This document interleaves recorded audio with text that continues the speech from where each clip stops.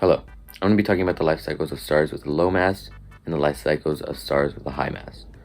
We're going to be starting off with the life cycles of a low mass star. I'm going to talk about what happens from when it was born all the way to the time it died. I will talk about the stages it goes through, how those stages work, what keeps the stars alive, and how it might die. I'll then do the same thing for the high mass stars. So let's get started. Okay, one thing about a star, we're going to have to talk about the star's life cycle. Something the high mass and low mass stars both have in common is the way they begin. Stars begin in a nebula. In a nebula, there's gas and dust just swishing around in circles and circles. The gas and dust comes from different parts of space. And what happens in a nebula is that gravity pushes together and starts pulling in gas and dust from different parts of the nebula. And once they all start combining into one piece, they start creating what's called a star. However, at that time, it's not technically called a star yet because it hasn't actually become producing its own amount of energy to go against the gravity that's constantly pushing in. That's another thing that's common between low mass and high mass stars. Constantly for all of their life, gravity will always be pushing into the ball of energy and plasma that's what we call a star. And the way the star stays alive is by pushing out an equal amount of energy outwards to keep the gravity from collapsing it and pushing it. What creates that energy that keeps the gravity from collapsing the star itself is called nuclear fusion. What occurs in nuclear fusion is hydrogen atoms split apart because of the intense heat and pressure caused by the star itself, and when they split apart, they collide with others to create what we know as helium. And then the helium is released as energy to oppose the constantly pushing in gravity. And so a star does that constantly for its entire life. And this is when we come to how a star dies. A star dies when it's unable to keep producing helium. It can run out of ways to produce helium by running out of hydrogen or other fuels that they were using for nuclear fusion. And when that happens, obviously like anything else, when it runs out of fuel, it's unable to continue whatever it was originally doing or whatever it was used for. And when it runs out of energy, a star can no longer release energy to stop the gravity from pushing in, and that's when the gravity just comes and pushes in and starts pushing in more, and no energy is pushing out, so it starts collapsing with it. However, when that happens, it'll start expanding because it'll have nothing left to collide with to create more energy, and so when it starts expanding, it becomes what we know as a red giant. And when it's on a red giant, it starts expanding constantly and becoming less and less dense until it's run out of whatever fuel it was using to expand like that. And then once it's run out, it slowly starts coming back in. And as it comes back in, it starts gaining its density once more until it's back into a small, tiny ball of just tons of density and heat. That's what we know as a white dwarf. So if you're not catching on yet, it goes from a main sequence. I didn't mention this, I apologize. A main sequence, which is how it is when it's first born. Just a normal star constantly doing nuclear fusion to stay alive, releasing energy, just living its normal life. And then from main sequence, once it runs out of energy, it starts releasing whatever fuel it has left because it can't combine it with something else. And that's what we call red giant because it starts getting really big and less dense. And then once the red giant phase ends, the star starts closing back in and its density starts increasing once more until it becomes a small, once it's all pushed in because of the gravity pushes it back into a small little ball called a white dwarf, which is just a small little ball, really tiny, that is just super dense and super hot. And when it's in a white dwarf, it slowly starts losing energy and eventually will just fade out and die. That's how it is with a low mass star. Now if we're talking about a high mass star begins the same way. In a nebula, the gas and dust is pushed together by gravity, creates a star. The star lives its main sequence life as a bigger than usual star because of its greater mass. Then, when the star runs out of energy, once again it'll start expanding into a red giant. However, when it starts collapsing back in, it'll do it a lot faster because what happens with a greater mass star is because although a greater mass star is bigger and sorry about that. Okay, so where was I? So with a greater mass star, the difference between a greater mass star and a less mass star is obviously one has greater mass and is gradually bigger. Another thing is that a greater mass star works the same way, lives the same way in main sequence, constantly doing nuclear fusion to release energy to stop the gravity from pushing in. However, Because a star's greater mass is much bigger, it needs more fuel to continue pushing, like releasing enough energy to stop it from collapsing. So obviously it starts off with a lot more fuel because of how big it is. But because of how big it also releases a lot more energy than a small star would, which is why a greater mass star, one of the bigger ones, doesn't live as long as a smaller one because it releases more energy and eventually runs out faster.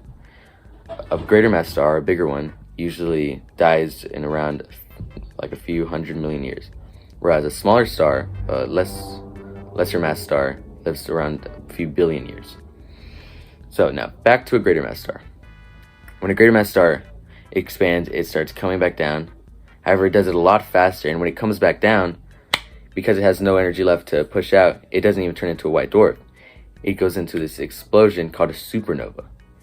And when it collapses in and just exerts all this matter, the matter explodes outwards. It's called a supernova. A supernova can actually, for the occurrence when for that few seconds when it's actually exploding, it'll actually be brighter than the galaxy, which is pretty impressive. When the supernova explodes, it releases a bunch of energy and neutrons, which then enables elements heavier than iron, such as gold, uranium, and others, to form and be expelled into space. Supernovas are mainly made out of iron, carbon, oxygen, neon, and silicon.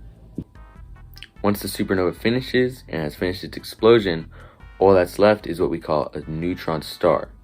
This is the collapsed core of the star. Or, if there's sufficient mass left from what the star used to be, that's what creates a black hole.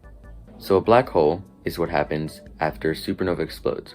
The alternative to a black hole that could happen instead of a black hole if there's not sufficient mass is what we know as a neutron star.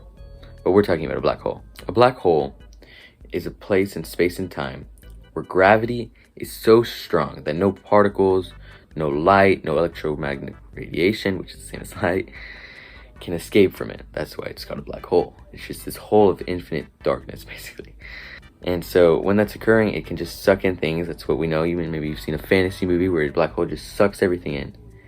And that's basically what it is, because it's just such strong gravity that it doesn't allow anything to escape it. No particles, no light, and that's why we can't really see a black hole. So now that we've finished talking about black holes, let's finish off the video. So, let's go over what we know. So, there's a greater mass star and a lesser mass star. Greater mass stars and lesser mass stars both start at the same, in a nebula, which is a cloud of gas and dust. The stars form when gravity pushes in and pulls the gas and dust together, creating a protostar.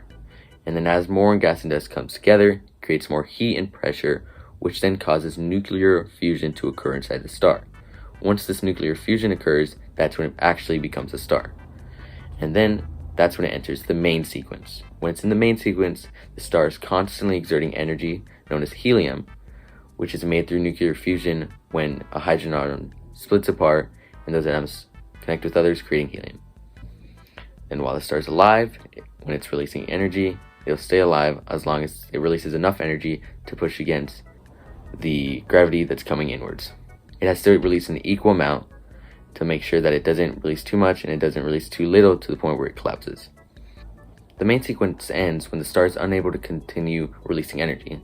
This is when the star runs out of hydrogen and all it's left with is helium. When this happens, that's when it enters the red giant phase. So far, what we're talking about happens for both stars. However, the only difference so far is that with the greater mass star, its main sequence ends earlier than the less mass star because the greater mass star runs out of energy faster than the less mass star. So once the star enters its red giant phase, which is once it runs out of fuel, starts expanding all of its energy of helium, and it's known as a red giant. When it expands, it slowly becomes less and less dense, and less and less dense, and it keeps expanding. And then once it runs out of helium, which was helping it push out, the gravity starts pushing back inwards, and the red giant starts closing in again, getting smaller and smaller, and its density starts increasing again. And then once it gets small enough, this is how it is with a less mass star. When it gets small enough, it'll become a white dwarf star, which is just a small ball of immense density and immense heat. And then when it becomes a white dwarf, the star will just live its life out as a white star until it eventually fades out and dies. With a greater mass star, when the red giant starts closing in from the gravity, it doesn't have such a peaceful and nice death. It actually explodes to what we know as a supernova, which we talked about is an exertion of energy and elements that create other elements from it. Once the supernova has finished its explosion, it can either turn into what we know as a neutron star or a black hole. What can change what it turns into is the amount of mass left over from the star's collapse. If there's enough mass left over from the star's collapse, it can become a black hole, which has immense gravity, which pulls in even all the particles in visible light, which is why we can't see it. And then if there's not much mass left, it'll become a neutron star, which is multiple neutrons. So now that we know how a star is born and how it dies, I've finished my lesson, and now we can end the video. Thank you for watching the video. I hope you were able to better understand the life cycle of a star. I hope you were able to understand how a lesser mass star and a greater mass star die differently and how they live differently than each other. I hope you were also able to understand the different deaths of each type of star. I hope this video helped you, and I hope you have a great rest of your day. Thanks for watching.